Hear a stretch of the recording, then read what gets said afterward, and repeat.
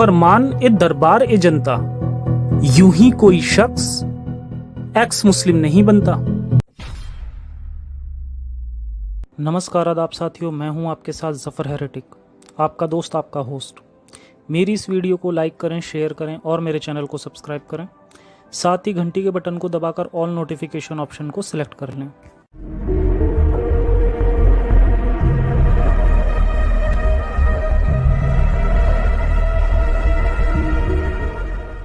क्या आप भी आज़ाद ख्याल इंडियन एक्स मुस्लिम हैं? इस्लाम की जहालत से परेशान हैं, लेकिन अपना हाले दिल बयां नहीं कर पाते? अब आप अकेले नहीं हैं। आगे आइए और आवाज बुलंद कीजिए ताकि बाकी एक्स मुस्लिम लोगों को हौसला मिल सके आगे आने का और खुलकर जीने का और अपने वतन और दुनिया को इंसानियत के रास्ते पर आगे ले जाने का।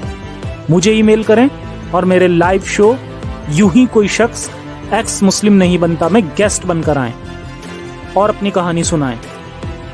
सुनेगी दुनिया, बदलेगी दुनिया। जरूरी नहीं हर कोई आगे लड़ने आए, लेकिन लड़ने वालों का हौसला तो बढ़ाया ही जा सकता है। एक बार खड़े होकर अपने आप को संभाला था, अब खड़े हो जाइए दुनिया को संभालने के लिए। जय हिंद, साइंस हाफिज।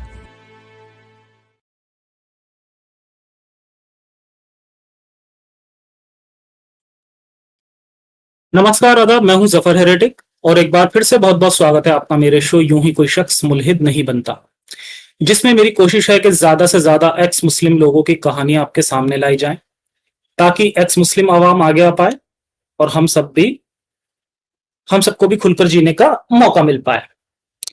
अब वो बात अलग है कि खुलकर जीने का मौका तो ये आजकल एक्स मुस्लिम ही एक्स मुस्लिम को नहीं दे रहे, तो और वो भी बेकार की कंट्रोवर्सी में। तो बात करूंगा इस पर भी थोड़ी सी। खैर, शो शुरू करने से पहले बता देता हूं कि मैं थोड़े से चेंजेस कर रहा हूं मैं इसमें। तो इस चैनल पर अब मैं लाइव कॉल्स काफी लिमिटेड कर रहा हूं। मतलब अब इंटरव्यू और जो डिस्कशन कॉल होंगे वो मेरे बैकअप चैनल पर ही होंगे। और जैसे कोई फीमेल एक्स मुस्लिम या फेस दिखाने वाला एक्स मुस्लिम या कोई जानी मानी कोई हस्ती इंटरव्यू के लिए आती हैं, तो उनकी कहानियां आपको यहाँ पर मिलेंगी। बाकी सारे इंटरव्यूज और जो भी डिस्कशन शो होंगे वो मेरे बैकअप चैनल पर होंगे। तो आपसे यहाँ इस चैनल पर आपको केवल मेरी जनरल वीडियोस मिलेंगी या खिलाफत टाइप की कोई सीरीज आती है तो वो मिलेगी। मतलब इस चैनल से आपको सारा शॉर्ट एंड बेस्ट कंटेंट ही आपको मिलेगा और लाइव शोज केवल बैकअप चैनल से होंगे। और भी मैं मतलब आगे मेरा प्लान भी है कि कुछ और तरह के मैं डिफरेंट टाइप के कंटेंट बैकअप चैनल पर मैं लाने की कोशिश कर रहा हूँ। तो अभी तक अगर किसी ने बैकअप चैनल को सब्सक्राइब नहीं किया तो प्लीज कर लें, इसका लिंक मैं डिस्क्रिप्शन में डाल दूंगा। और बैकअप चैनल भी अब ठीक से अब इस्तेमाल होगा अब आगे, और बढ़िया कंटेंट भी आपको उस पर मिलेगा अब आगे। तो आज की जो हमारी एक्स मुस्लिम है वो एक फीमेल एक्स मुस्लिम है और फेस के साथ अपना एक्टिविज्म भी करती हैं। तो इनके बारे में जानते हैं, कैसे क्या कुछ इन्होंने झेला और किस तरह की वीडियोस ये बनाती हैं, मकसद क्या है, सब कुछ जानेंगे इन्हीं की जबानी। तो मैं इन्हें ऐड कर लेता हूँ। जी नूरिया जी, बहुत बहुत स्वागत है आपका मेरे शो में। आप म्यूट हैं, आप म्यूट हैं। Oh sorry. शुक्रिया बहुत बहुत जफर मुझे अपने शो पे बुलाने के लिए। जी थैंक्स अ लॉट। तो शो में आने के लिए बहुत बहुत शुक्रिया आपका। और मैं एक्चुअली कामना करता हूं कि आज आपकी स्टोरी सुनकर और भी जो फीमेल्स हैं वो आगे आएं और इस्लाम जैसी आइडियोलॉजी जो कि फीमेल्स के लिए बहुत बेकार आइडियोलॉजी है, जो कि उनकी बिल्कुल रेस्पेक्ट नहीं करती और उन्हें किसी तरह का हक नहीं देता है। ये उन्हें सिर्फ एक मतलब, अगर मैं साफ लफ्जों में कहूं तो एक बच्चे पैदा करने की मशीन से ज्यादा कुछ नहीं समझा जाता। जी, तो हम चाहते हैं कि फीमेल्स सुने, समझें और इससे बाहर निकलने की कोशिश करें और फ्री थिंकिंग की ओर बढ़ें। अच्छा, तो नूरिया जी, सवालों का सिलसिला हम शुरू करेंगे। उससे पहले बस मैं आपके 2 से 3 मिनट आप मुझे दीजिए। मैं जरा कुछ लोगों की कंफ्यूजन चल रही है वो जरा मैं पूरी कर देता हूँ जरा। एक, कोई बात नहीं। हाँ, आप म्यूट कर सकती हैं अपने आपको तब तक। बिल्कुल जी, तो एक खातून का फेक एक्स मुस्लिम होने का मामला चल रहा था। आरोप था कि वो खातून नहीं लड़का है। और ऑब्वियस सी बात है कि भाई अगर कोई जेंडर को लेकर झूठ बोल सकता है तो इसकी भी क्या गारंटी कि आपने जो एक्स मुस्लिम होने के लिए मतलब अपना बताया था वो सच हो या ना हो। अच्छा, इनका जो कंटेंट था उसे भी हेटफुल कहा जा रहा था, कुछ लोगों ने बताया था, मैंने नहीं देखा, मुझे वक्त भी नहीं होता इतना। चलो खैर कोई बात नहीं, हमें जेंडर से कोई प्रॉब्लम भी नहीं है, और मैंने भी अपनी तरफ से ऐसा कोई एक्शन नहीं लिया। हालांकि मैंने एफबी पर उन मोहतरमा से बात भी की और उन्हें कहा कि आप मेरे साथ में एक प्राइवेट डिस्कशन कर लें विद फेस। तो उन्होंने खुद कहा कि हाँ मैं बात करूंगी, और तब तक आप मेरी अपने साथ में मतलब जो वीडियोस हैं आप उन्हें हटा दो, प्राइवेट कर दो, खुद कहा उन्होंने। तो मैंने उनकी अपने साथ में जो भी कुछ वीडियोस थी उन्हें मैंने ओनली मेंबर सेट करके और एक पोस्ट डाल दी कि जब ये पर्सनल वीडियो कॉल कर लेंगी तब मैं इसे वापस से पब्लिक कर दूंगा। तो खैर मैं अभी भी वेट कर रहा हूं उनका, जैसे ही वो तैयार होंगी इसके लिए मैं वापस से वीडियो पब्लिक कर दूंगा और पोस्ट डालकर सबको बता भी दूंगा। तब तक उस टाइम तक मेरी तरफ से आप रेड सिग्नल ही समझें, अब वो करें या ना करें तब तक आप लोग भी अपनी समझ से डिसाइड करें, मेरा इसमें कोई बीच भी नहीं है। तो बस इतना मामला है। अच्छा,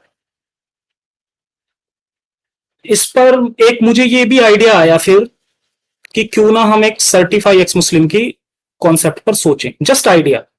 तो मैंने वोटिंग पोल बनाया कि ह्यूमन विद साइंस चैनल, क्योंकि किसी रिलीजन से ताल्लुक नहीं रखते, तो उन्हें जो एक्स मुस्लिम कॉल करके अपने डॉक्यूमेंट्स के साथ वीडियो कॉल कर लें वो उन्हें सर्टिफाई कर सकते हैं। डॉक्यूमेंट्स मतलब भेजने भी नहीं है, बस कॉल पर दिखाने हैं, और मतलब वो कोई कॉल रिकॉर्ड भी नहीं होगी, स्क्रीनशॉट भी नहीं लिया जाएगा। बल्कि इससे पहले हम मतलब ये भी कर सकते हैं कि हम एक इंटरव्यू ही ले लें, जरूरी नहीं है कि हम उनकी आइडेंटिटी ही एक्सपोज करें, हो सकता है पहले हम एक इंटरव्यू भी ले लें। आइडिया था, और भी कई ऑप्शंस हो सकते हैं, जस्ट एक आइडिया था, तो लोगों के सजेशन मैंने मांगे। तो आइडिया में मैंने ये भी रखा था कि हम कोई गाइडलाइंस नहीं बनाएंगे, जो जैसे काम कर रहा है वैसे करते रहें और सर्टिफाई हो सकते हैं। फिर भी अगर कोई नहीं होना चाहता for an number of reasons like security and all, तो हम उसे कोई झूठा एक्स मुस्लिम भी नहीं कह रहे, हम ऐसा नहीं है कि हम उसे कोई टैग दे देंगे, it will be optional, it will not be mandatory. तो आइडिया तो यही है कि फेक लोग जो हैं वो फिल्टर हो जाएं, लेकिन अगर कोई सर्टिफाई ना होकर भी नफरत नहीं फैला रहा है तो इट्स गुड, हम उसे भाई क्यों फेक कहें। और अगर कोई नफरत भी फैला रहा है और सर्टिफाई भी नहीं है तो फिर तो वो पक्का ही फेक होगा ना। और बस ये भी है कि भाई जो बहुत सारे रैशनल टाइप के मोमिन लोग हैं वो ह्यूमन विद साइंस को इंपॉर्टेंस देते हैं, तो जो वहां से सर्टिफाई होगा उस पर थोड़ा उनका भरोसा बढ़ जाएगा, तो लोग थोड़ा जल्दी एक्स मुस्लिम बनेंगे। तो आइडिया का रीजन यही था कि जब कोई झूठा एक्स मुस्लिम एक्सपोज होता है तो मोमिन सभी को कह देते हैं भाई सभी झूठे हैं, तो बस इसलिए। पोस्ट भी खैर अभी चैनल पर पड़ी है, तो वो भी अभी आप जाकर देख सकते हैं और खुद पता लगा सकते हैं। अच्छा, अब ये आइडिया मैंने लोगों से पूछा और किसी ने इसका आधा पार्ट ट्विटर पर शेयर कर दिया कि देखो ये तो सर्टिफिकेट बांट रहे हैं झूठे और सच्चे एक्स मुस्लिम का। इस पर हमारे पुराने एक्स मुस्लिम चचा अटैक मोड में आ गए। अच्छा, मैंने उन्हें बहुत समझाया कि भाई देखो ये एक आइडिया है और किसी ने आधी पोस्ट शेयर कर दी है, उन पोस्ट का लिंक भी दिया मैंने उन्हें ट्विटर पर ही, और उनसे कहा कि इस पर आप भी अपनी राय दो, इसे इंप्रूव करते हैं। लेकिन भैया वो तो एकदम फुल अटैक मोड में आ गए। तो चचा ने 2 मिनट में पोस्ट खोलकर नहीं पढ़ी, लेकिन उस पर 2 घंटे की स्ट्रीम कर ली इसी बात पर, और फिर कह रहे हैं कि ये कितनी घटिया इंग्लिश में लिखा है। अरे चचा, वो पोस्ट मैंने हिंदी में लिखी थी और फिर इतना टाइम था नहीं मेरे पास, तो मैंने बस गूगल ट्रांसलेट कर लिया था उसमें। तो मैं भी मानता हूं कि मेरी जो इंग्लिश है इतनी अच्छी नहीं है। नूरिया जी हैं, उनकी अच्छी इंग्लिश है, वो कर रही हैं चैनल पे, अपने इंग्लिश चैनल भी है उनका, मेरी अच्छी होती तो मैं भी करता, लेकिन खैर वो मेरे पास टाइम नहीं था, मैंने वैसे ही बस जल्दी जल्दी में उठा के गूगल से ट्रांसलेट कर लिया था। तो भाई खैर पता चला कि पता नहीं, अब मतलब चचा की गलत फहमी थी या क्या था, मैं समझा नहीं। नाम इसलिए नहीं ले रहा हूं मैं उनकी क्योंकि मुझे लग रहा है कि हो सकता है उनकी गलत फहमी हो, क्योंकि बात उन पर नहीं, वो जो मोहतरमा का कॉन्टेक्स्ट था उस पर थी। तो चचा ने अपना पैन कार्ड भेजा। मुझसे कह रहे हैं, मुझसे भी मांग रहे हैं। तो अरे चचा भाई, मैंने कहा था क्या कि मुझे भेजो, जहां शो करने का आइडिया था वहां भेज देते। और भेजते भी क्यों भाई, आधा अधूरा आइडिया है अभी, तो उस पर मैंने लोगों से उनके ओपिनियन मांगे, लेकिन ठीक है अगर आपको इतनी जल्दी थी तो भेज देते वहां पे। अच्छा, इस पर अब चचा के कुछ भक्त लोग बिना मामला जाने मुझे अनसब्सक्राइब करने की धमकी भी दे रहे हैं। ठीक है कर दो भाई, नो प्रॉब्लम, लेकिन किसी को भी किसी के भक्त मत बनो आप, मेरे भी मत बनो, फ्री थिंकर बनो, खुद से देखो भाई क्या मैटर है और क्या करना चाहिए। खैर चलो, चचा के पास इतना टाइम होगा कि एक प्रपोज्ड आइडिया पर वो ख्यालात रखने की जगह अटैक स्ट्रीम रख लें। मेरे पास इतना टाइम नहीं होता, मैं बहुत ही फोकस्ड होकर अपना काम करता हूं, और मैं किसी तरह की कंट्रोवर्सी में ना पड़ता और ना ही मैं बढ़ाना चाहता। मेरा जो चैनल है वो रियल कंटेंट बनाता है, बेकार की कंट्रोवर्शियल स्ट्रीम्स नहीं। हालांकि कुछ और अभी इस कंटेंट के बहुत भूखे लोग हैं जो अभी भी इस पर कंट्रोवर्सी कर रहे हैं और बहुत स्ट्रीम भी कर रहे हैं, करने देते हैं। मेरी तरफ से मामला खत्म, और अब काम पर फोकस। तो आप अपने सवालों का सिलसिला शुरू करते हैं नूरिया जी, आप अपने आप को अनम्यूट कर सकती हैं। सबसे पहले तो आप हमें अपनी फैमिली के बारे में थोड़ा सा बताइए, आपकी किस तरह की फैमिली है और कितना वक्त आपको मुल्हिद हुए बीत गया है। जी तो मैं एक ब्रिटिश पाकिस्तानी फैमिली से हूँ, तो हम सुन्नी इस्लाम फ़ॉलो करते हैं। मेरी फैमिली इतनी ख़ास मज़हबी नहीं, मतलब मेरे अम्मी-अब्बू इतने ख़ास मज़हबी नहीं हैं। मेरे जो हम्म, दादा-दादी, नानी वग़ैरह ननियाल वो सारे मतलब खट्टर मज़हबी हैं। तो जब मैं छोटी थी ऑब्वियसली मैं यूके में रहती थी उन सब के साथ, और तो ऑब्वियसली मैं मेरा और मेरा दादा-अब्बू का जो रिश्ता था वो काफ़ी गहरा था, तो वो इमाम थे लोकल मस्जिद के।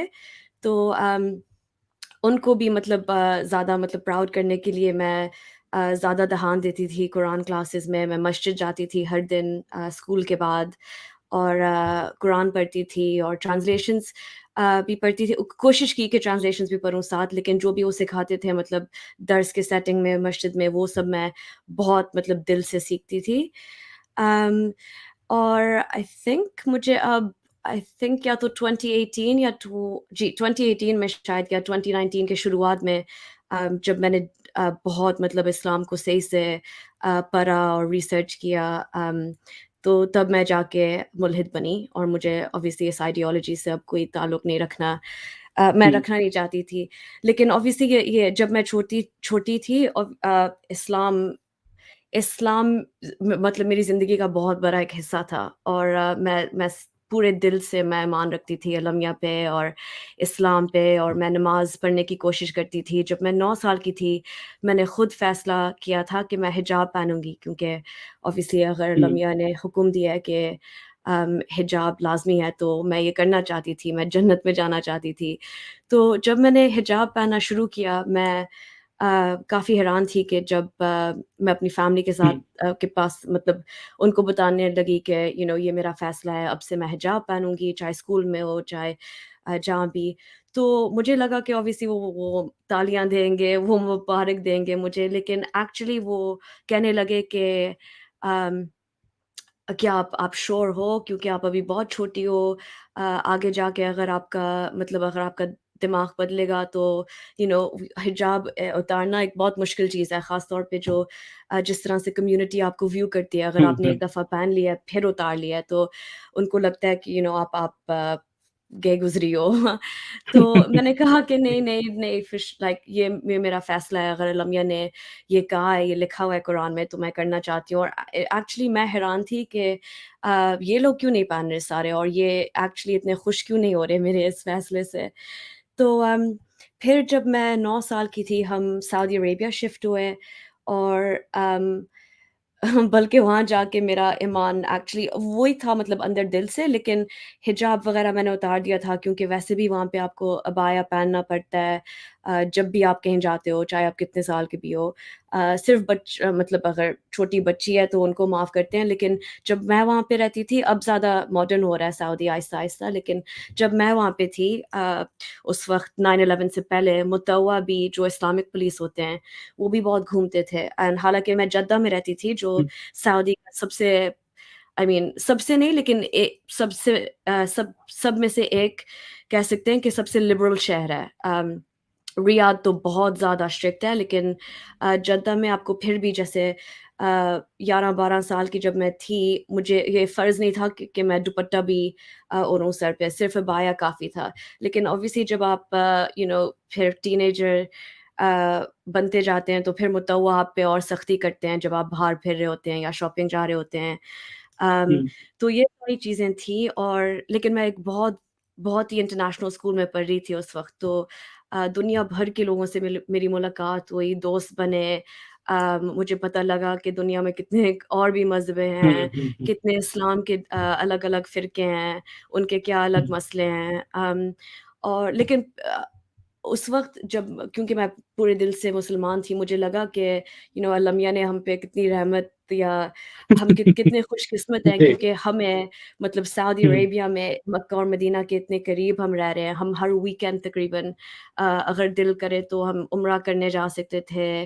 अम, रमज़ान में भी जब आपको सवाब ज़्यादा मिलता है उम्रा करने के लिए रमज़ान में, वो भी हम कर सकते थे।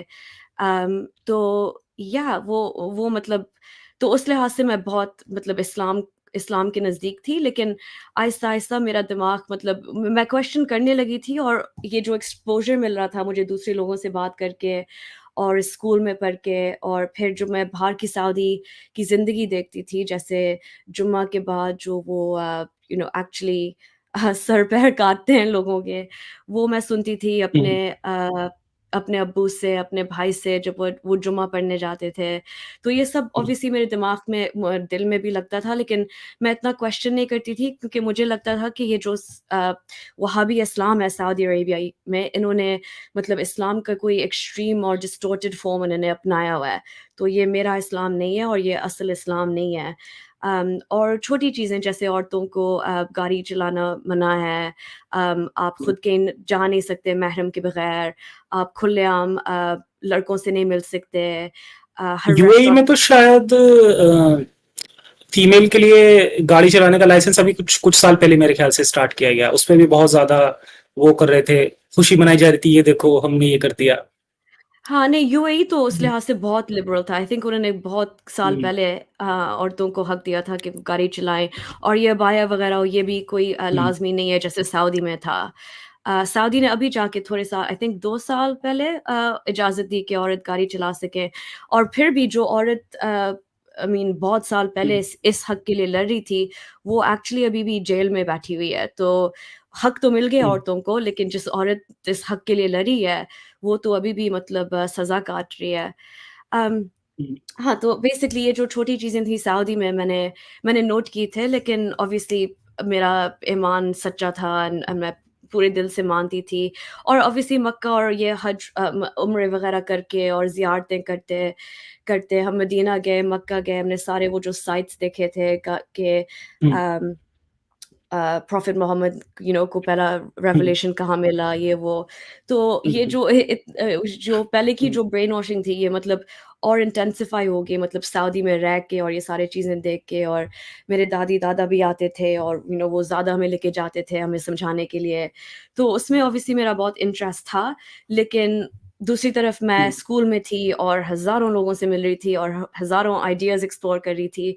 और मुझे मतलब स्पोर्ट्स का भी काफ़ी शौक था, तो मैं फुटबॉल, बास्केटबॉल, क्रिकेट वगैरह खेलती थी एंड उसके लिए मुझे पता है कि आपको शॉर्ट्स वगैरह पहनने पड़ते हैं। तो ऑब्वियसली मैंने हिजाब उतार दिया था, लेकिन अम, जब मैं कह रही थी कि मैं शायद आगे जाके मतलब मुझे स्कॉलरशिप चाहिए, मैं फुटबॉल खेलूँगी, अमेरिकन यूनिवर्सिटीज़ आपको फुटबॉल की स्कॉलरशिप्स देते हैं लड़कियों को। जो मुझे पुशबैक मिला है कि शॉर्ट्स पहनना अच्छा, इस हराम है। दौरान मतलब आपकी आपकी फैमिली ने कुछ मतलब किसी तरह की कोई वो नहीं करी कि आप ये खेलने जा रही हैं और आप इस तरह के कपड़े पहनी हैं, तो उस पर आप फैमिली के क्या रिएक्शंस थे आपके?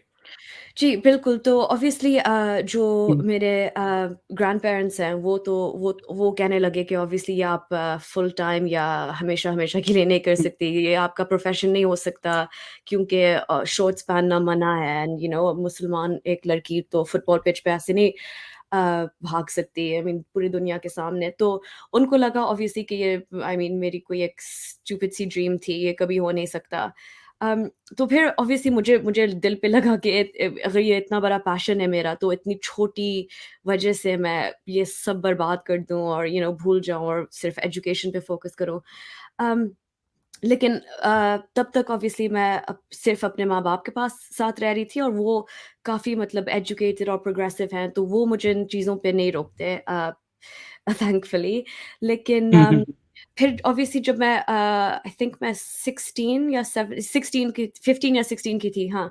और फिर 9/11 भी हो चुका था और सऊदी अरेबिया के माहौल पूरे बदल गए थे। मतलब हम जहाँ पे रहते थे वहाँ पे काफ़ी अमेरिकन मिलिट्री भी रहती थी और काफ़ी जो लोग हैं जो अमेरिकन वो बोइंग कंपनी के लिए काम करते थे वगैरह। तो हुँ, हुँ, ये बहुत ख़तरा था कि हम जहाँ रहते थे उस पे भी कोई हमला या रिवेंज अटैक हो हुँ, सकता है। तो मतलब सिक्योरिटी भी बहुत इंटेंसिफ़ाई हुई। हम स्कूल में टेररिस्ट ड्रिल्स करते थे हर 2 हफ़्ते कि अगर कुछ हुआ तो हम कैसे रिएक्ट करेंगे। और फिर ये चीज़ें ऑब्वियसली मेरे दिमाग में बैठी कि ये 9/11 मुसलमानों ने किया है और अब मैं कैसे डिफेंड करूँ कि ये मैं भी खुद मुसलमान हूँ, लेकिन कोई मुसलमान ऐसी हरकत भी कर हुँ, सकता है। क्योंकि मेरे आस-पास जो लोग थे मतलब न्यूज़ीलैंड से कनाडा से, हर जगह से वो इतने डरे हुए थे। वो हुँ, लिटरली मेरे जो कई दोस्त थे उन्होंने मुझसे पूछा कि प्लीज़ हमें बस वो कलमा सिखा दें, अगर कुछ हुआ है तो हम भी साबित करें कि हम मुसलमान हैं। तो हम मज़ाक हुँ, करते थे कि अगर कुछ होगा तो वो इंडिविजुअली सबको नहीं रोक के हुँ, पूछेंगे, लाइक हम सबको हरा देंगे। लेकिन फिर भी हुँ, उन्होंने मतलब अल्लाह के वो जो हुँ, अल्लाह मोहम्मद की जो चीज़ें होती हैं ना जो लोग दीवार वग़ैरह पे रखते हैं, उन्होंने अपने घर के बाहर भी ये चीज़ें रखने शुरू कर दिए थे। हुँ, हालाँकि ये वेस्टर्न है, क्रिश्चियन है, एथियस्ट है। तो हुँ, अगेन ये चीज़ें मेरे दिमाग में चली कि इस्लाम का हुँ। कौन-सा हिस्सा है ये जो इन चीज़ों को जस्टिफ़ाई कर सकता है। लेकिन इतना फिर ज़्यादा एक्सट्रीमिज़्म वाला। बिल्कुल, एग्ज़ैक्टली। क्योंकि अगर आप कहें कि नहीं वो हमारी तरह नहीं है, जो आई थिंक मेरे मेरे मेरे जो अम्मी-अब्बू हैं उनको भी लगा कि क्योंकि इस्लाम का इतना बुरा नाम और रेपुटेशन था उसके बाद जब हम वापस यूके भी आते थे, फिर यूके में भी अटैक हुआ था एक 7/7 बॉम्बिंग वाला। एंड तो हुँ, उसमें भी कई लोग थे जो मेरे जैसे नाम थे उनके, मेरा जो लास्ट नेम है, जब मैं सड़क पे फिरती थी, अगर मैं कोई फुटबॉल या क्रिकेट शर्ट पहनती थी जिसपे मेरा नाम हो हुँ, पीछे, तो मुझे इतने गंदे मतलब लुक्स मिलते थे गोरों से और इन इन लोगों से। तो हुँ, ऑब्वियसली ये आपको आपको पता चल रहा है कि ये एक्चुअली हुँ। इसके फैक्ट्स मतलब ग्राउंड लेवल तक आ रहे हैं। तो जी, जी। उस वक़्त ऑब्वियसली मुझे लगा कि नहीं अल्लामिया इज़ ऐसे कुछ मतलब कुछ इस्लाम में कुछ है नहीं इस तरह का कुछ जो ये चीज़ें जस्टिफ़ाई कर सके। तो फिर हम सऊदी से शिफ्ट हुए जब मैं 15-16 की थी। और ये ऑब्वियसली मुझे उस वक़्त बहुत अच्छा लगा क्योंकि हम यूएई शिफ्ट हुए दुबई में, जहाँ पे जैसे आपने कहा था आप औरत गाड़ी चला सकती है, आपको अबाया पहनने की ज़रूरत नहीं हुँ, है। आप सिनेमाज़ वग़ैरह जा सकते हैं। आपकी लाइफ़ थोड़ी-सी जैसे नॉर्मल एक वेस्ट की तरह मतलब थोड़ी-सी झलक आपको मिलती है दुबई में। हालाँकि फिर भी आप अज़ान सुनते हैं 5 वक़्त की, आपको ईद वग़ैरह की छुट्टियाँ मिलेंगी। तो मुझे लगा कि ये एक्चुअली एक बहुत अच्छा-सा बैलेंस है ईस्ट और वेस्ट का, कि ये लोग इस्लाम को भी इज़्ज़त देते हैं, लेकिन इतना नहीं जितना सऊदी में आपको जैसे रेड लाइट पे रोक के कहेंगे कि गाड़ी रोको और जाके नमाज़ पढ़ो, तो हुँ, मुझे लगा कि हाँ, ठीक है, ये असल इस्लाम है कि आप हुँ, नमाज़ें भी पढ़वाएँ, आप अपनी अज़ान भी मतलब पूरे शहर में हुँ, सुनाएँ, लेकिन आप किसी को फ़ोर्स नहीं करें कि आप कुछ करें। तो जैसे औरत के लिए भी एक चॉइस है कि मैं अबाया पहनूँ या नहीं पहनूँ, जब मैं बाहर जाऊँ, मैं हिजाब पहनूँ या नहीं पहनूँ। तो मुझे लगा कि ये एक इस्लाम का बहुत बेहतर इंटरप्रिटेशन था सऊदी अरेबिया से। अम और मैं फिर भी दिल से अगेन स्टिल सच्ची मुसलमान थी। और फिर जब मैं यूके शिफ्ट हुई यूनिवर्सिटी के लिए, तब मैंने इस्लामिक लॉ थोड़ा-सा पढ़ा यूनिवर्सिटी में। और मुझे पता चला ऑब्वियसली कि इस्लामिक लॉ के मुताबिक जैसे शादी जो अच्छा, जैसे वहाँ उसमें मैंडेटरी था आपके पास ये सब्जेक्ट या मतलब ऑप्शनल था आपने लिया था ये इस्लाम का? ये यूनिवर्सिटी में ये एक ऑप्शनल मॉड्यूल था। तो मैंने लॉ हुँ, और हुँ, हुँ, इकोनॉमिक्स पढ़ा है, लेकिन लॉ के अंदर जिस यूनिवर्सिटी में मैं गई, मैंने उस यूनिवर्सिटी को स्पेसिफिकली चुना था क्योंकि वो इस्लामिक लॉ हुँ, और साउथ एशिया, इंडिया, हुँ, पाकिस्तान वगैरह के लीगल सिस्टम्स को भी स्टडी करते हैं। तो मुझे उसमें ज़्यादा शौक था क्योंकि ऑब्वियसली मैं मिडल हुँ, ईस्ट में बड़ी हुई एंड मैं साउथ एशिया से हूँ, तो ये मेरे लिए बहुत रेलेवेंट था।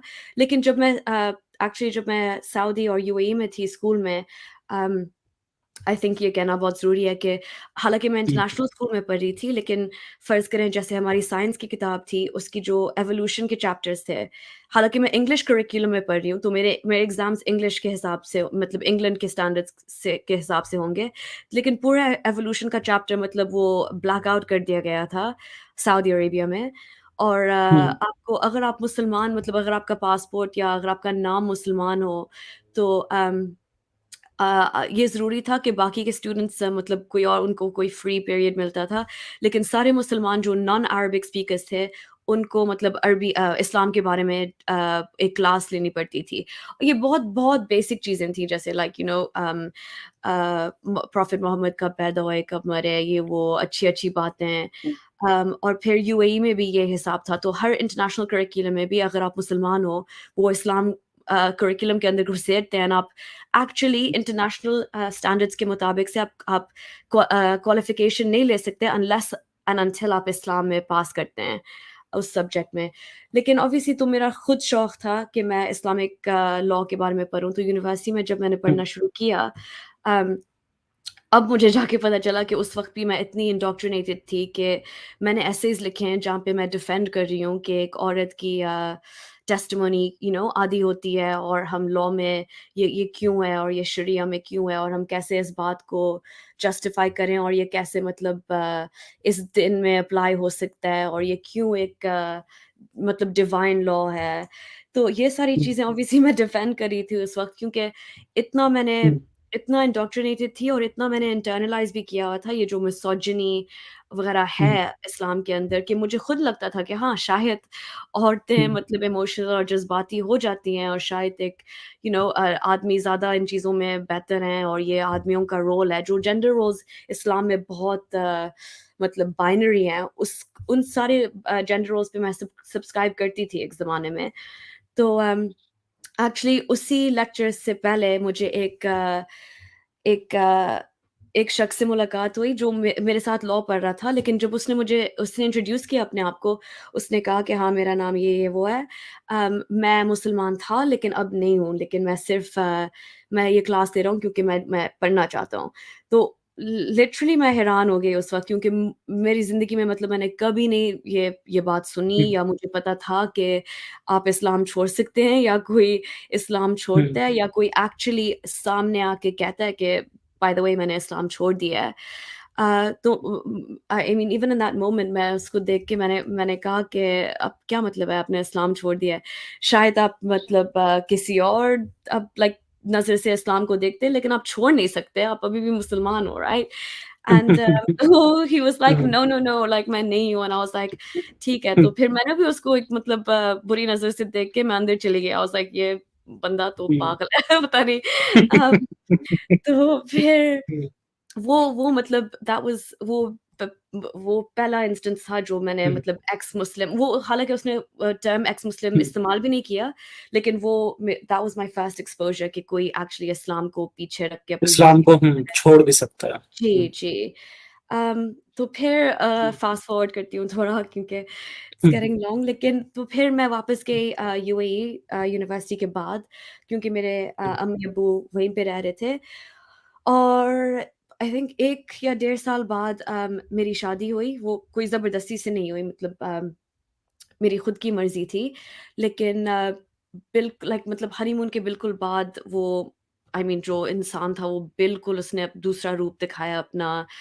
तो जो मुझे लग रहा है कि ऑब्वियसली मेंटल हेल्थ की कोई चीज़ें मुझसे छुपाई गई थी उस वक़्त फैमिली के हिसाब से भी। तो मुझे लाइक बहुत जल्दी पता चल गया कि लाइक ये हम लाइक ये सही नहीं हो सकता और ये शादी चलने नहीं वाली। तो ऑब्वियसली लेवल्स थे लाइक इमोशनल अब्यूज़ था, फाइनेंशियल अब्यूज़ था।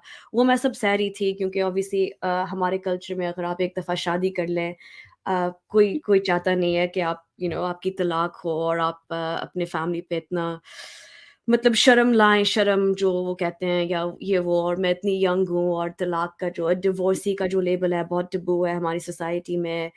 अम, हुँ, राइट, सो राइट। उस वज़ह ये से सही कहा आपने।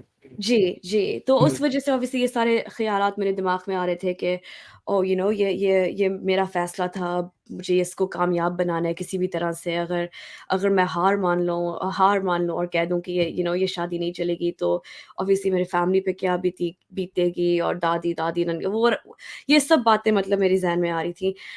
तो फिर जब बात मतलब बहुत हुँ। आगे गई और फ़िज़िकल वायलेंस का भी डर था और मुझे लगा कि इस घर में अब मुझे मतलब मैं बिल्कुल महफ़ूज़ नहीं हूँ।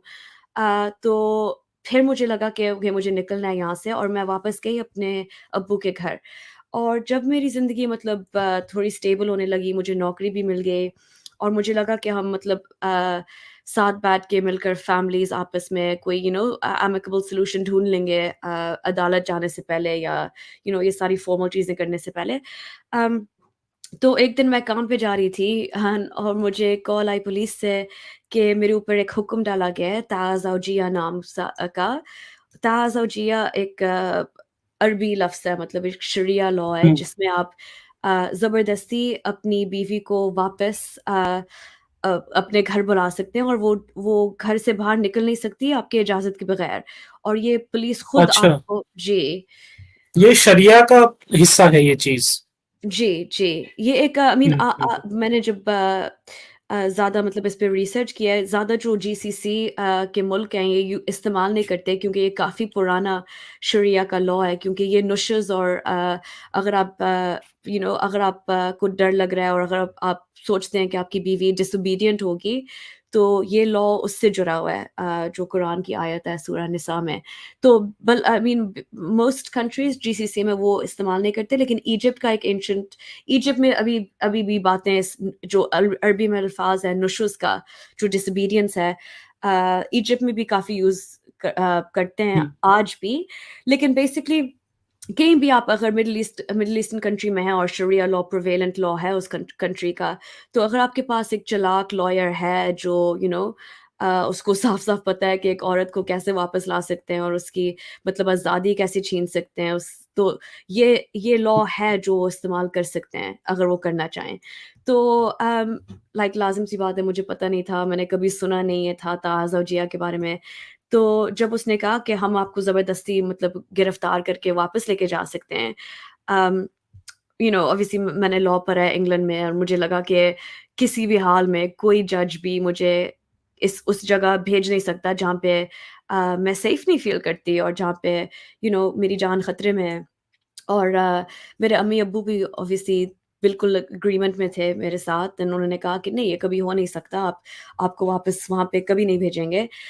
लेकिन दुबई में हो सकता है, अगर आप एक्चुअली पुश करें इस चीज़ के लिए, वो आपको बार-बार, बार-बार कॉल करेंगे, आपको हरास करेंगे कि आप अपना पासपोर्ट दो उनके हवाले और फिर अम, वो हुँ, अगर आपने अदालत में तलाक का अ, what's it called in Urdu अगर आपने मतलब तलाक का केस इश्यू नहीं किया मतलब आप सिर्फ़ और हुँ, सिर्फ़ इनकार कर सकते हैं इस हुक्म का, अगर आप तलाक का वो शुरू करें कोर्ट में। तो फिर ऑब्वियसली मेरे पास कोई और रास्ता नहीं था, तो मैंने तलाक इनिशिएट की कोर्ट में एंड मुझे लगा कि ये हुँ, आपस में बैठ के कुछ मसला हल नहीं होने वाला। अम तो जब हुँ, मैंने वो किया है ऑब्वियसली वो आपको फिर भी स्टॉल करते हैं क्योंकि अगर दूसरी पार्टी तलाक नहीं चाहती, तो वो फ़ोर्स करेंगे कि आप फैमिली काउंसलिंग पे जाएँ और दुबई में क्या होता है कि हुँ। फैमिली काउंसलिंग में आप बेसिकली कोई इमाराती इमाम या शेख टाइप के पास बैठते हो उनके ऑफ़िस में और वो आपसे बेसिकली पूछते हैं लाइक कि आप कितने मज़हबी हो, आप कितनी दफ़ा नमाज़ पढ़ते हो दिन में, आप दोनों कितने मज़हबी हो, क्या आपका रिश्ता अल्लाह के साथ ठीक है या आप लोग दूर हो गए हैं अल्लाह मियाँ से ये वो? एक जी। सेकंड, ये क्वेश्चन्स किए जाते हैं जब आपका वहाँ पर केस चल रहा होता है, तो ये क्वेश्चन किए जाते हैं कि आप कितने मज़हबी हो और अल्लाह मियाँ से आपका क्या रिश्ता है, कितना रिश्ता है? जी, ओके, जी, बिल्कुल how exactly. Funny. I know. हुँ, तो मैं जो कह रही हूँ फॉर हुँ, एग्ज़ाम्पल मैं ऑब्वियसली मैं अपने माँ-बाप के घर आ गई थी और हर दिन मतलब मुझे जहाँ मैं काम करती थी वहाँ पे मुझे स्टॉक करता था, चीज़ें भेजता था मेरे ऑफ़िस पे, मेरे बेडरूम तक स्पाई करता था, लोगों को भेजता था नोट्स के साथ।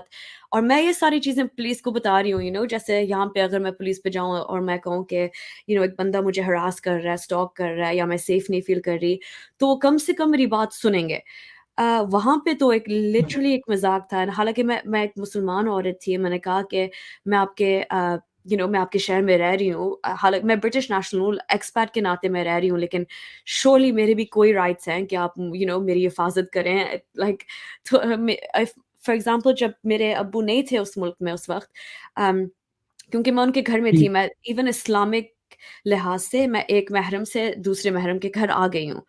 तो ये लोग क्या हुँ, करते थे जब मेरे अब्बू मुल्क से बाहर थे, वो मतलब ज़्यादा प्रेशर डालते थे। एक दफ़ा 4 पुलिस ऑफ़िसर्स मेरे घर तक आए एंड उन्होंने कहा कि अच्छा, हमारे हुँ, साथ आओ। जी।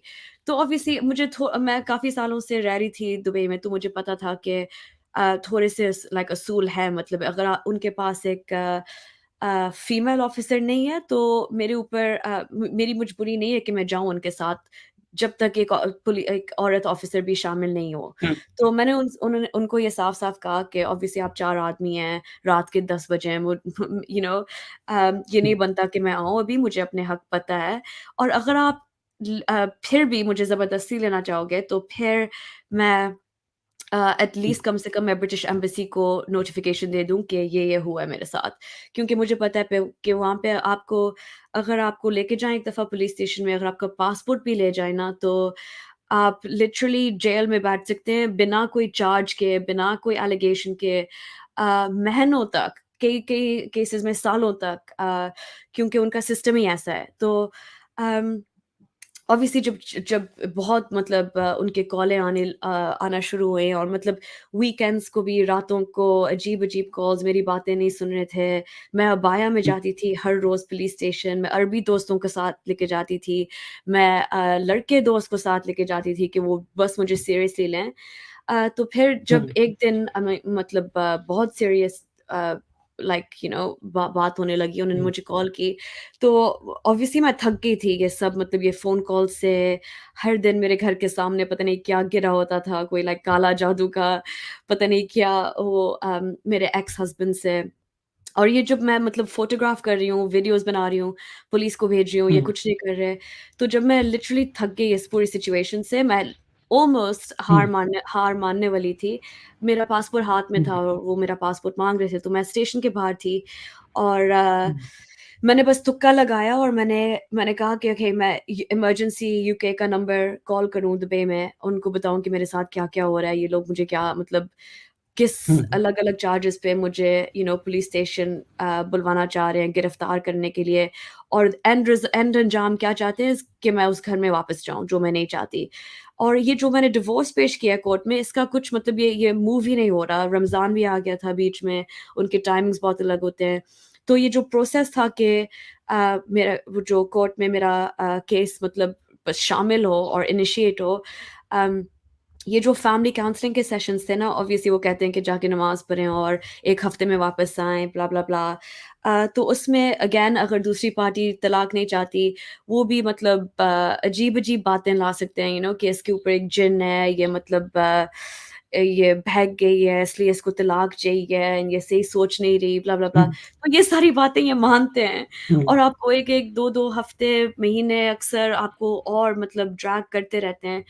तो एनीवे जब मैंने तुक्का हुँ, लगाया और मैंने कॉल की इस नंबर पे, अ, एक आदमी ने फ़ोन उठाया और ऑब्वियसली उन्होंने कहा, मैंने बताया कि मेरा सिचुएशन क्या है, और ये हुँ, इस आदमी ने कहा कि ऑब्वियसली मैं आपको लीगल एडवाइस नहीं दे सकता हूँ क्योंकि ये इनका खुद का मसला है और उनके खुद के लॉज़ हैं, लेकिन मैं आपको सिर्फ़ ये बता सकता हूँ कि अगर आपके हाथ में अभी भी आपका पासपोर्ट है, तो आप लिटरली फ़ौरन अभी एयरपोर्ट चली जाओ, क्योंकि आपको पता है कि अगर आप इस चक्कर में पड़ गए तो शरिया लॉ, आई मीन वो लोग किस तरह हुँ, इस्तेमाल कर हुँ, हुँ, सकते हैं। तो आप क्यों नहीं घर वापस आ जाओ जहाँ आपके राइट्स हैं, एंड जहाँ पे ये जो चार्जेज़ आप पे डाल रहे हैं, यहाँ पे मतलब कोई इसको आई मीन लोग हुँ, हुँ। हँसते हैं यहाँ पे, राइट। यहाँ हुँ, पे कोई मायने नहीं रखते। तो पता नहीं ये बंदा कौन था, लेकिन ऑनेस्टली इसने मेरी जान बचाई और मैं फ़ौरन एयरपोर्ट हुँ, हुँ, गई। और वो लोग मेरे ऊपर वैसे भी ट्रैवल बैन डालने वाले थे 2 घंटे के अंदर, तो डरी हुई गई मतलब एयरपोर्ट में कि मेरा वो जो हुँ, एमिरेट्स आईडी है वो टैप होगा, वो किसी अलार्म को मतलब हुँ। सेट ऑफ नहीं करेगा। हुँ, तो हुँ, ऑब्वियसली फिर मैं निकल गई वहाँ से। एंड जब मैं वापस आई ऑब्वियसली लंदन, तो मैं बहुत मतलब हर पुलिस सायरन वगैरह से मुझे बहुत मतलब मैं ट्रॉमाटाइज़ हो गई थी इतने एक्सटेंट तक हुँ, कि मुझे लगता था कि यहाँ यूके की भी पुलिस जो भी आवाज़ आ रही है वो मेरे पीछे आ रहे हैं। और मुझे आदमियों से भी मतलब तकरीबन हुँ, नफ़रत हो हुँ, गई थी, मुझे डर लगता था आदमियों से, मैं घर से बाहर नहीं निकलती थी।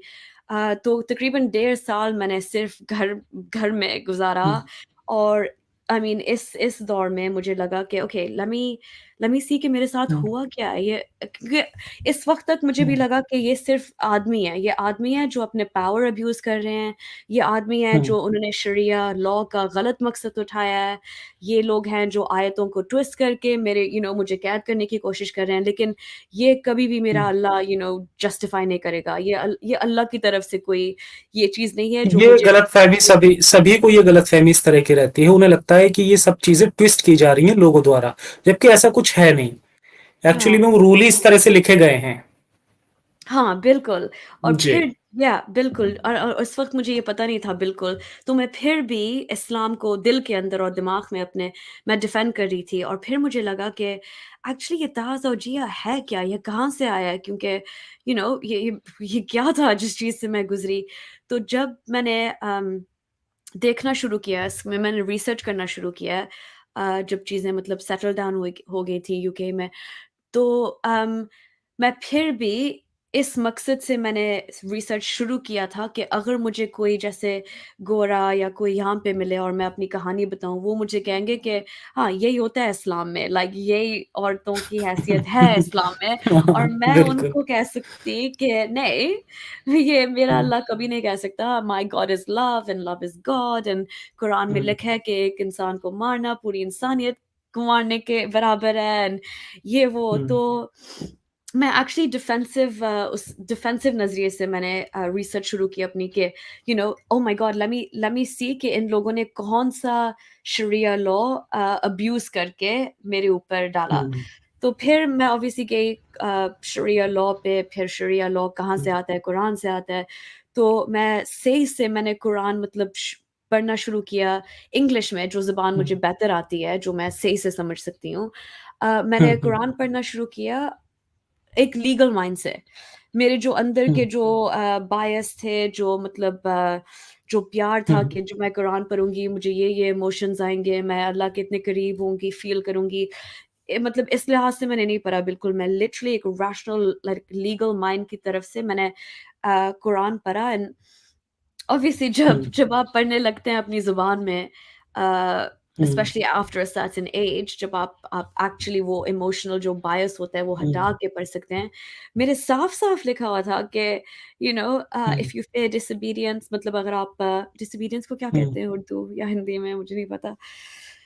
हुँ, आपको हुँ, हुँ। हाँ, या वो नहीं कोई बात नहीं, कोई अच्छा। प्रॉब्लम नहीं है, आप बता सकती हैं, हाँ। हाँ, तो जैसे वो लिखा है सबको कि पता है, इतनी आयतें सबको पता है यहाँ पर। अच्छा। Just checking. हुँ, हाँ, तो हुँ, डिसोबीडियंस मुझे उसमें उसका हुँ, उर्दू अल्फ़ाज़ नहीं पता। लेकिन हाँ, हुँ, if you fear disobedience from your wife then वो सारी हुँ, आयत लिखी है साफ-साफ के मतलब औरतों पे हुँ, हुक्म है कि वो a pious woman is hmm, devoutly obedient to her husband, है ना? तो you hmm, have to hmm, be obedient to your husband। हुँ, तो उस हुँ, ओबीडियंस का जो हुँ, लफ्ज़ उन्होंने इस्तेमाल किया हुआ है और जो इसकी हुँ, इतनी ओपन एंडेड मीनिंग होती है, तो हुँ। उनके इसमें उनके हिसाब मतलब से उर्दू में कहा गया है कि जो मर्द है वो औरत पर हाकिम है अच्छा और या हाँ, बिल्कुल। हाँ। हुँ, जी, बिल्कुल, एग्ज़ैक्टली। सो ये मुझे मतलब हुँ, इंग्लिश में अब ये बातें मुझे पता चल रही थी, और मैं हुँ, एक मतलब लीगल माइंड के थ्रू मैं अगर ये पढ़ रही हूँ चीज़, तो मैं भी ये अल्फ़ाज़ यूज़ कर सकती हूँ किसी औरत को फँसाने के लिए, क्योंकि आप किसी भी हुँ, चीज़ को आप कह सकते हैं कि डिसोबीडियंस है। अगर मैंने आपको वापस जवाब कोई दिया, अगर मैंने आपको हुँ। गाली दी, अगर मैंने आपको कहा कि नहीं, मैं नहीं वहाँ जाना चाहती हूँ, या मैं ये नहीं पहनना चाहती, या ये आप किसी भी चीज़ एक्चुअली को आप ये डिसोबीडियंस ना कह एक, सकते हैं। हाँ, ये एक मालिक और गुलाम का सा रिश्ता है इस्लाम में अगर देखा जाए तो। जी, जी। जी, जो बिल्कुल, हस्बैंड है वो एग्ज़ैक्टली। मालिक है और जो उसकी वाइफ है वो उसकी गुलाम है, ये इस तरह से है। और हाँ, ये जैसे एग्ज़ैक्टली। हम बाकी, हाँ, अगर अदर जगह पर हम देखते हैं तो वहां पर इक्वल राइट्स की बात होती है, लेकिन यहाँ पर ऐसा कुछ नहीं है। हाँ, नहीं, नहीं, नहीं, जैसे जी। आपने कहा, अब लिटरली हम्म, गुलामी रिश्ता होता है। और आप हम्म, मैं भी कहती हूँ कि इन इस्लाम ज़्यादा से ज़्यादा एक औरत एक आदमी की प्रॉपर्टी होती है सिर्फ़। यही हम्म। औकात है, यू लाइक जैसे आपने शुरुआत में कहा बेबी मेकिंग जी, मशीन। जी। हालाँकि या hmm, I mean it's sad to say, लेकिन हाँ, इट्स अ गुलामी रिश्ता। तो ये सारी बातें हम्म, ऑब्वियसली मुझे मुझे जब मेरे सामने थी इंग्लिश में, और मैं हम्म, वो बायस मैंने हटा के पढ़ा, तो ये फिर आपका दिल हम्म, उतरता है, आपके लाइक आपके अंदर कुछ होता है कि ये सही नहीं है, ये एक्चुअली सा ये अगर मैं खुद डिफेंड करना चाहूँ, मैं कैसे करूँ? क्योंकि ना ये हदीस हम्म, में लिखा है, ये कुरान में लिखा है साफ-साफ। तो अगर हम्म। आप मान भी सकते हैं कि हदीस के व्हाटएवर कोई कोई दाइफ होते हैं, मतलब वो कोई लोगों ने लिखी हैं, वो, हाँ, वो जी, ज़ईफ़ हो गई हैं, ऐसी बातें करते जी, हैं। जी, बिल्कुल कुरान एग्ज़ैक्टली तो आप डिवाइन माने ना। बुक है ना। कुरान तो इटर्नल है, कुरान तो हुँ, किसी ने कभी बदला नहीं है, कुरान तो अलमिया का वही डायरेक्ट पैगाम है इंसानों को। और आप ये कह रहे हैं कि women are need to be devoutly obedient, and अगर इफ यू फेयर डिसोबीडियंस आप उनको मार सकते हैं। ये सारी चीज़ें ऑब्वियसली मुझे पता लगी। एंड फिर मुझे आसानी से पता चला, क्योंकि मैंने इस्लामिक लॉ पढ़ा हुआ था पहले से, कि शरिया हुँ, कुरान ही हुँ, से आता है। तो ये जो पहले मैं लिंक जब मैं बहुत मतलब दिल से मानती थी इस्लाम को, मैं इंडोक्ट्रिनेटेड थी, मुसलमान थी, तो मुझे ये लिंक मतलब नहीं, ये कनेक्शन मैं नहीं बना पा रही थी। हुँ, लेकिन हुँ, बाद में ऑब्वियसली जो मेरे साथ हुआ, और फिर इंग्लिश में पढ़ के, और फिर शरिया लॉ का जो रूट सोर्स है वो ऑब्वियसली कुरान है। तो इस बात से मैं पीछे नहीं हट सकती थी, क्योंकि ये एक लाइक आई सेड, बाकी अगर चीज़ों में ये लिखा होता था, मैं फिर भी शायद कॉग्निटिव अपना डिसोनेंस ले आगे लेके मैं कुछ स्टोरी बनाती थी कि कुरान में नहीं है ये। तो अल्लाह फिर भी मेरे साइड पे है, he is on my team, he would never do that to me. लेकिन क्योंकि ये एक्चुअली उस किताब में है जो आप अगर आप मुसलमान हैं, आपको इस किताब को मतलब पूरे यकीन से मानना मानना पड़ता है ना, like 100%। If hmm, you hmm, don't believe in the Quran, आप मुसलमान नहीं रहे तकरीबन। तो हुँ। या ये तो तब ऑब्वियसली मैं हैरान हो गई। एंड तब ऑब्वियसली दिमाग मेरा चलने लगा, and I was like oh my gosh! तो और क्या-क्या लिखा है हमारे बारे में? तो फिर हुँ, मैं और पढ़ने लगी। एंड अगेन मैं यकीन करने के लिए हुँ, तैयार नहीं थी। मुझे लगा कि शायद ये पता नहीं कोई कॉन्टेक्स्ट की बात हो रही है, कोई पता नहीं स्पेसिफिक सिचुएशन की बात हो रही है। मैं देखती हूँ कि मोहम्मद ने क्या किया अपनी ज़िंदगी में, मोहम्मद कैसे पेश आते थे औरतों से, मोहम्मद कैसे मसले हल करते थे। और फिर मैं हदीस के पास गई, जो एक्चुअली जो सही बुखारी और सही मुस्लिम के हैं, ताकि लोग नहीं कह सके कि आप यहाँ वहाँ से हदीस पढ़ रहे हो। सो जो सबसे ऑथेंटिक और जो ज़्यादातर मुसलमान, सुन्नी मुसलमान कम से कम मानते हैं, वो मैं पढ़ने लगी। और ऑब्वियसली फिर मामला और भी बुरा होने लगा, क्योंकि आयशा हुँ, की बातें मुझे पता चली, और हुँ, हुँ, ये कहानियाँ पता चलने लगी कि मोहम्मद ने क्या-क्या किया, जो जंगें हुँ, थे, हमले, कत्लें, नस्ल खुशी, बदला लेना, जी, ये सारी चीज़ें ऑब्वियसली। एंड फिर मेरा दिल बहुत ही उतर गया, क्योंकि मुझे हमेशा हुँ, लगता था कि अगर कोई चीज़ कुदरती हो सकती है, उसमें हुँ, खून-खराबा नहीं हो सकता। जी, अम, बिल्कुल। हुँ, या आई फ़ील लाइक मैं हुँ। कब से बात कर रही हूँ, सॉरी। कोई प्रॉब्लम नहीं। तो इन्हीं चीज़ों को फिर देखते हुए आप इन सब से फिर दूर हो गई। ऑब्वियसली आपने इतना सब कुछ झेला, इतना सब कुछ आपको झेलना पड़ा सिर्फ़ मज़हब की, इस्लाम के, हम कहेंगे इस्लाम की वजह से, क्योंकि जहाँ यहाँ पर जितने भी सारे रूल्स एंड रेगुलेशन लिखे गए हैं वो सब औरतों के खिलाफ ही लिखे गए हैं। जी। इनफैक्ट औरत वर्ड का भी मतलब इतना गलत है कि औरत वर्ड ही यूज नहीं करना चाहिए हमें। है ना, वो खैर कोई औरा बात से नहीं, आता वो है तो अरबी में, हम्म औरा, है ना? हम्म हम्म हम्म हाँ, हम्म, हाँ, हाँ, मैंने भी ये पढ़ा था। मैं भी कोशिश कर रही हूँ बिल्कुल। कि मैं ख़वातीन बोलूँ, लेकिन क्या औरत इज़ इतना हम्म। मतलब इन्ग्रेन हुआ हुआ है। वो बचपन से हमारे दिमाग में इतना ज्यादा, क्योंकि हमारी लैंग्वेज में वो इतना ज्यादा उतर आया है ना कि हम कुछ और बोलना भी चाहें तो फिर भी जो हमारे मुंह से वही निकल जाता है। कभी बिल्कुल। कभी इंशाल्लाह भी निकल जाता है। हाँ, शुक्र अल्हम्दुलिल्लाह भी निकल जाता है हाँ। कभी-कभार। जी। अच्छा, आप क्योंकि वक्त अब काफी कम रह गया है तो मैं थोड़े जो कुछ इंपॉर्टेंट क्वेश्चंस है ना उन्हें मैं ले लेता हूँ। जी, बिल्कुल। आप अपने काम के बारे में आप बताइए कि इन बुराइयों से लड़ने के लिए अब तक आपने क्या क्या किया है, और आपका जो चैनल है, हुँ। होली ह्यूमैनिस्ट आपका चैनल है, उसका क्या मकसद है, उसके बारे में आप थोड़ा सा बताएं। जी, तो बेसिकली ऑब्वियसली ये जब आपको ये चीज़ें पता चल जाती हैं, आपको लगता है कि क्या मैं सिर्फ़ एक ही इंसान हूँ जो मुझे पता चल गया है कि ये शायद ये हम्म, सब झूठ हो सकता है कि ये बहुत बड़ा तमाशा खेला गया है और हम सब मतलब इसमें अंधे हैं इस बहुत बड़े खेल में। तो तकरीबन लाइक 1.5 साल तक मैंने मतलब कुछ नहीं किया, मैं सिर्फ़ ट्विटर पे थी और यूट्यूब पे वीडियोज़ देख रही थी एंड फिर मुझे यकीन और एहसास हुआ है कि लोग हैं जो मेरी तरह सोचते हैं और ये लोग एक्चुअली डर को साइड पे रख के ये सामने आके बात कर रहे हैं। ये जो बात कर रहे हैं अपनी जान को खतरे में डाल के बात कर रहे हैं। और फिर मुझे लगा कि ऑब्वियसली मैं भी एक वेस्टर्न कंट्री में बैठी हूँ, मैं बहुत ही प्रिविलेज्ड पोज़ीशन में हूँ, तो अगर मेरे साथ ये हुआ है, मेरा सिर्फ़ एक ही रास्ता था निकलने का और वो था मेरा पासपोर्ट, जो मुझे पता है कहीं ज़्यादा औरतें होंगी मेरी सिचुएशन में जिनके पास ये पासपोर्ट और ये निकलने का रास्ता नहीं है।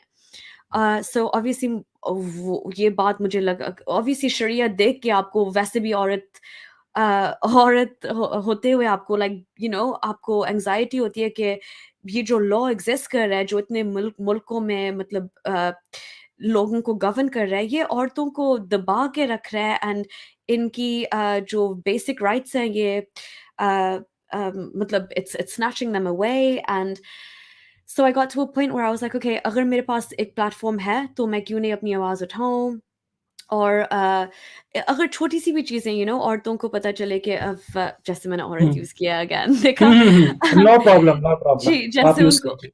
उनको छोटी चीज़ें जैसे आप अपना निकाहनामा जो आपका शादी का कॉन्ट्रैक्ट होता है, उसपे आप उसमें आप तलाक का हक ज़रूर डालें, आप लड़ें उस हक के लिए। ये छोटी चीज़ें ऑब्वियसली जो आप लोगों को एडवाइस देना चाहते हैं क्योंकि आप इतनी बुरी सिचुएशन से गुज़रे हैं और फिर ये मुझे मल्टीपल जो शादी की कॉन्सेप्ट है ना, हुँ, ये इसमें आप मतलब विदाउट जो पहले से वाइफ होती हैं उनसे बिना कंसेंट के भी दूसरी शादी कर सकता है एक हस्बैंड। जी। तो ये भी कंडीशन उसमें डाली जा सकती है। इसका सीधा सीधा मतलब ये है कि बाय डिफॉल्ट अगर जो, क्योंकि गरीब लोग होते हैं जिन्हें कुछ नहीं पता होता है, जो मतलब आम इंसान होते हैं, हुँ, उनको तो इसके सारे नुकसान झेलने पड़ते हैं इस मजहब के। हाँ, जबकि इसके उलट अगर हम देखें कि जो इन्हें इस मजहब को बहुत अच्छी तरह से समझता है वो अपने साथ गलत नहीं होने देगा। हुँ, उसे पता है कहां पर हमें किस कॉन्ट्रैक्ट में क्या चीजें डालनी है। हुँ, तो ये चीजें भी मैंने बहुत नोटिस की हैं कि जिन्हें इसकी नॉलेज होती है ना, उन्हें लूप होल्स पता होते हैं, वो हाँ। उसका फायदा उठा के अपने साथ गलत होने से बचा लेते हैं। लेकिन ये गलत आम लोगों के साथ बहुत होता है। हाँ, बिल्कुल, एग्ज़ैक्टली जी। एंड ये हम्म उनकी गलती नहीं है। ये गलती है कि उनको कभी बताया नहीं गया, उनको अपने हक खुद नहीं पता। जो नाउ ज़्यादातर मुल्कों में औरतों का हक है कि अगर आप आप खुद खुल्ला ले सकते हैं कोर्ट में, आपको ये इजाज़त तो दी गई है और जैसे इंडिया में ट्रिपल तलाक उन्होंने बैन किया हुआ है।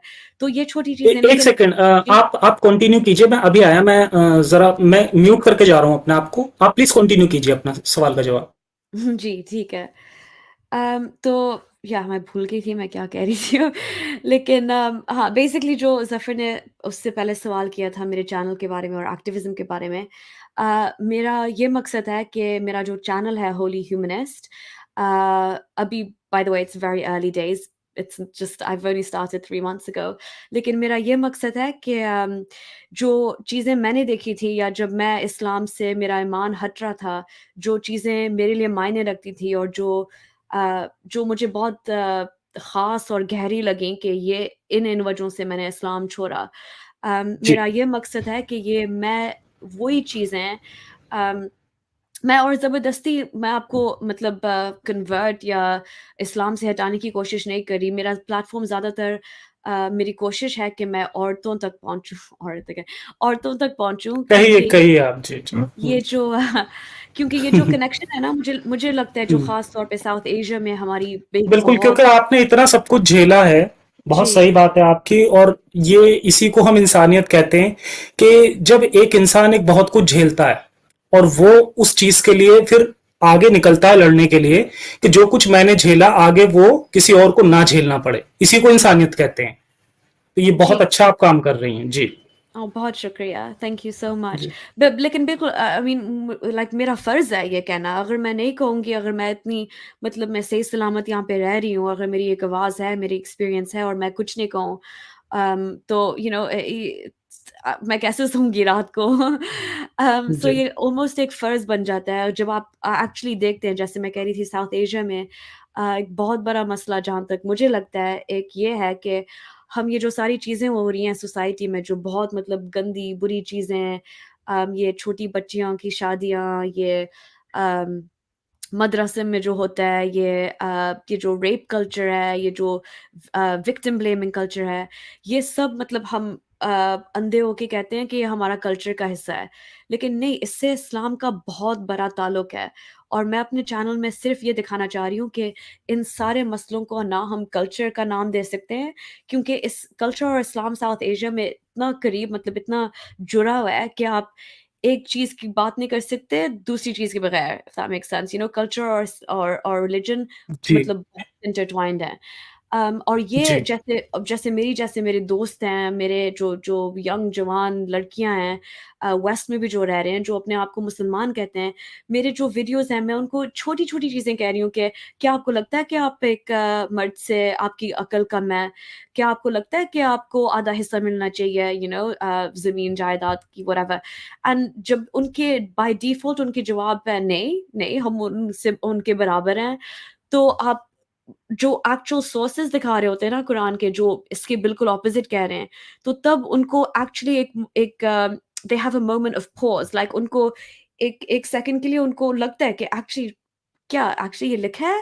एंड अगर मैं सिर्फ़ इन औरतों से मतलब ये मैं अपने खुद एक्सपीरियंस देख के और उनको ये बातें बता के उनको एनकरेज करूँ कि मुझे लाइक अपने पोज़ीशन डिफेंड करने के लिए भी लाइक मुझे गलत साबित करने के लिए भी आप जाके अपने सोर्सेज़ पढ़ें। क्योंकि खुद जब आप जी, पढ़ेंगी, आप 21st सेंचुरी की औरत होके, आपको डेफ़िनिटली आपको गलत लगेगा, कुछ अंदर से सही नहीं लगेगा। और मुझे मैसेजेस आए हैं काफ़ी मेरे खुद जो मेरे सबसे अच्छे दोस्त हैं करीब, जो खुद अपने आप को मुसलमान मानते हैं एंड हालाँकि उनको शायद अच्छा भी नहीं लग रहा हो कि मैं क्या कह रही हूँ इंटरनेट पे सबके सामने, लेकिन प्राइवेटली वो मैसेज करते हैं कि थैंक यू सो मच क्योंकि आपने मुझे एटलीस्ट ये चीज़ दी है कि मैं जाके पढूँ, मैं और एजुकेट हूँ इस बारे में क्योंकि लाइक मैं सोचती थी इस बारे में लेकिन मैंने बस दिमाग के पीछे रख दिया था क्योंकि मैं मुसलमान हूँ, मैं Eid Eid is fun and जी, रमज़ान कैन बी फन और ये वो। लेकिन एक्चुअली जब हक की बात आती है, जब हैसियत की बात आती है, जब औकात की बात आती है तो फिर प्रॉब्लमैटिक ये चीज़ें उनके सामने आती हैं और उनके पास कोई रास्ता नहीं है डिफेंड करने के लिए एंड अगर वो मुसलमान अभी भी मतलब नाम से हैं तो दैट्स स्टिल फाइन लेकिन अगर उनका दिमाग खुले, ये मेरा मकसद है सिर्फ़ कि उनका दिमाग खुले। जी। जी, बहुत-बहुत शुक्रिया आपका। और मैं आपके चैनल का लिंक भी डिस्क्रिप्शन में डाल दूँगा। तो शुक्रिया। जितने भी हमारे व्यूअर्स हैं, प्लीज़ जाके एक बार इनका चैनल देखें, सब्सक्राइब करें। और क्या आप मतलब उर्दू में भी आप कंटेंट बनाने का है आपका प्लान? इस बारे में थोड़ा-सा बताएँ। जी, बिल्कुल। ऑब्वियसली अभी तक मैं सिर्फ़ इंग्लिश में कर रही थी क्योंकि मैं तकरीबन वीडियोज़ बना रही थी जब मेरा दिल कर रहा था कि ओह! ये टॉपिक ये मेरे लिए बहुत मायने रखता था, मैं लोगों के साथ शेयर करूँ। तो मैं एक्चुअली बहुत स्लोली अपना एक्टिविज़्म शुरू कर रही थी, लेकिन it's got a lot of positive feedback and I know बहुत सारे लोग मुझे कह रहे हैं कि मैं उर्दू में भी करूँ। एंड मुझे पता है कि जो जो मेरी जो रीच जो मैं चाहती हूँ, ख़ास तौर पे जो औरतें साउथ सब कॉन्टिनेंट में हैं, मैं उन तक ये मैसेज पहुँचाऊँ, उसके लिए मुझे उर्दू में बात करना पड़ेगा। तो मैं ऑब्वियसली सिर्फ़ टाइम का मसला है अभी, वरना मैं बहुत जल्दी उर्दू में भी करने वाली हूँ ये सारे वीडियोज़। जी। If you guys can tolerate my Urdu, पता नहीं, प्रैक्टिस करनी पड़ेगी थोड़ी। नहीं नहीं, कोई भी प्रॉब्लम नहीं है, मैं तो बहुत इजीली समझ पा रहा हूँ। बाकी ओके। व्यूअर्स का नहीं कह सकता, बट आई डोंट थिंक इतनी बुरी उर्दू है आपकी, बहुत अच्छी बोल पा रही हैं आप। Thank you.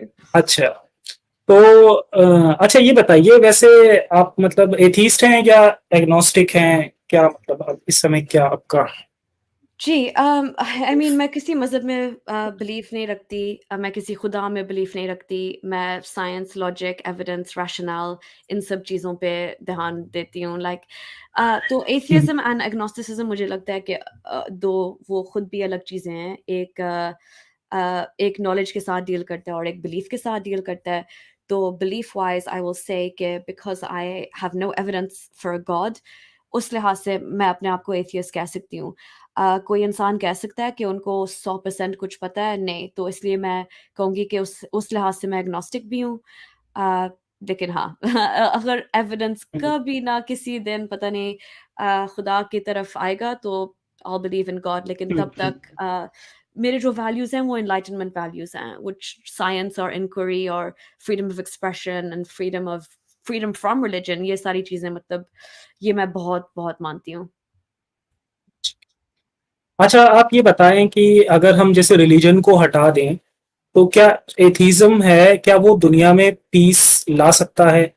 आपकी इस पर क्या राय है? क्योंकि मोरालिटी जो है, उसके बारे में आपको क्या लगता है कि वो कहाँ से मिलेगी एथीस्ट लोगों को? सबके अपनी अलग अलग राय होती है, मैं ज्यादातर ये क्वेश्चन करता हूँ लोगों से, जी। तो आप इस पर अपनी राय बताएं।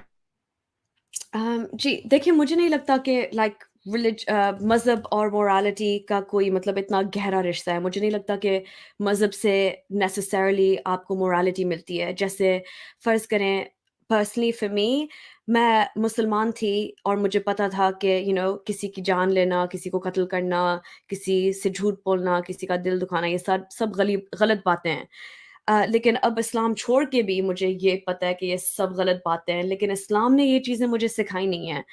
एंड आई थिंक ये क्या स्टीवन वाइनबर्ग शायद उसका नाम है, उसने कहा कि मज़हब के बगैर भी अच्छे लोग अच्छे काम करेंगे, बुरे लोग बुरे काम करेंगे, लेकिन अच्छे लोगों से बुरे काम करवाना सिर्फ़ मज़हब ही करवा सकता है।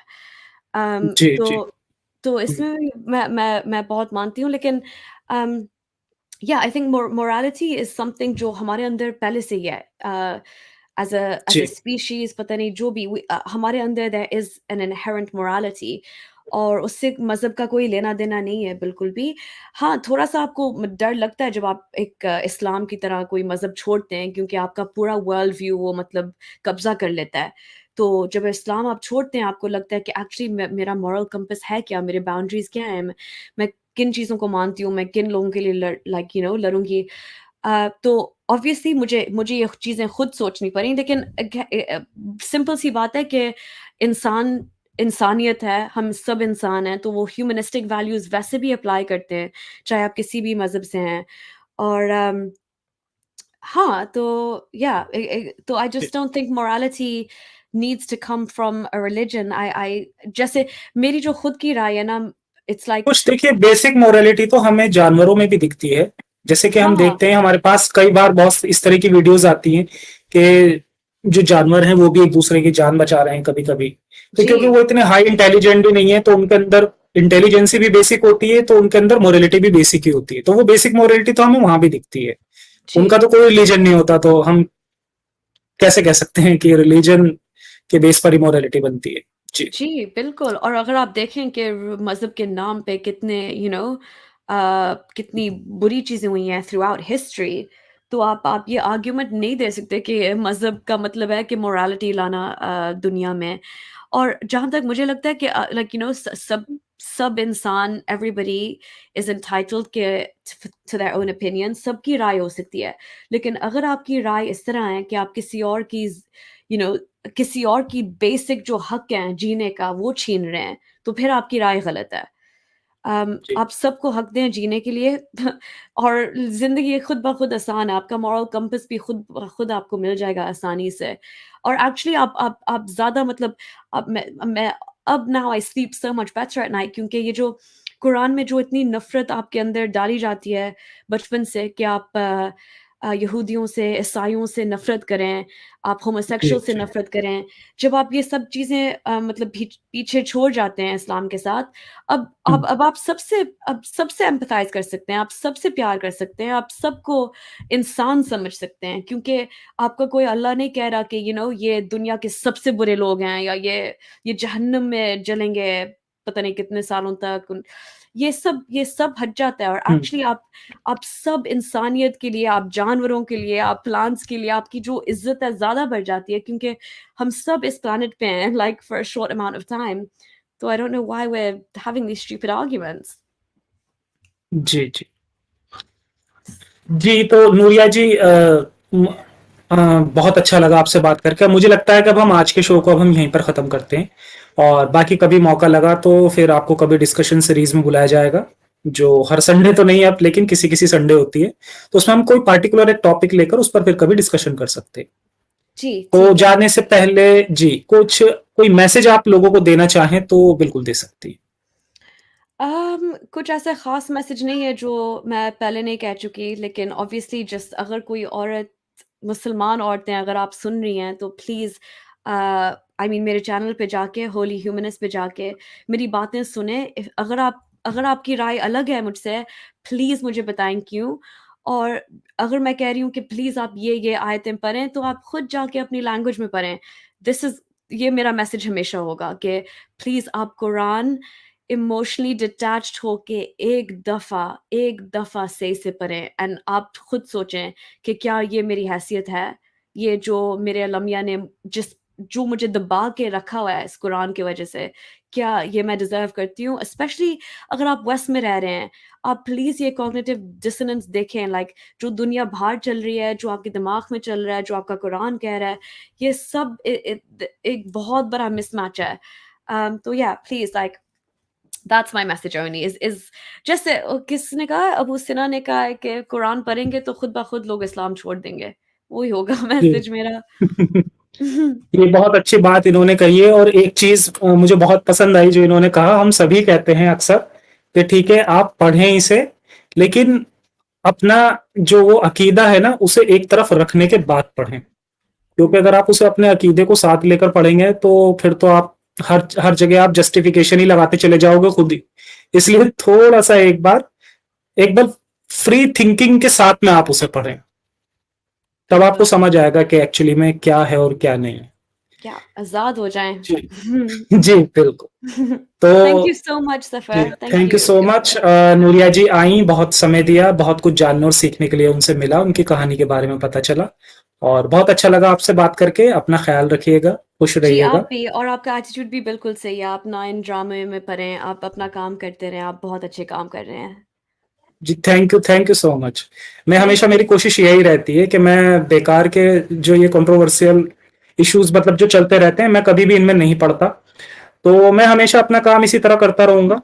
व्यूअर्स जी, को भी मैं यकीन दिलाना चाहता हूँ कि मैं बिल्कुल, कभी आई भी इन एम चीज़ों में एग्ज़ैक्टली ना द पड़ूँगा। सेम, आई जी, कंप्लीटली एग्री। बिल्कुल। आप बिल्कुल सही कर रहे हैं। जी, थैंक यू सो और हम मच। सब हैं आपके साथ, I hope you know that, जो भी सब देख रहे हैं, हम सब हैं आपके बिल्कुल, साथ। बिल्कुल। Thank thank you you so so much. Much, bye. Thank you. सभी अपना ख़्याल रखें, खुश रहें, कट्टरता से बचें। सभी का शुक्रिया। जय हिंद, साइंस ऑफिस।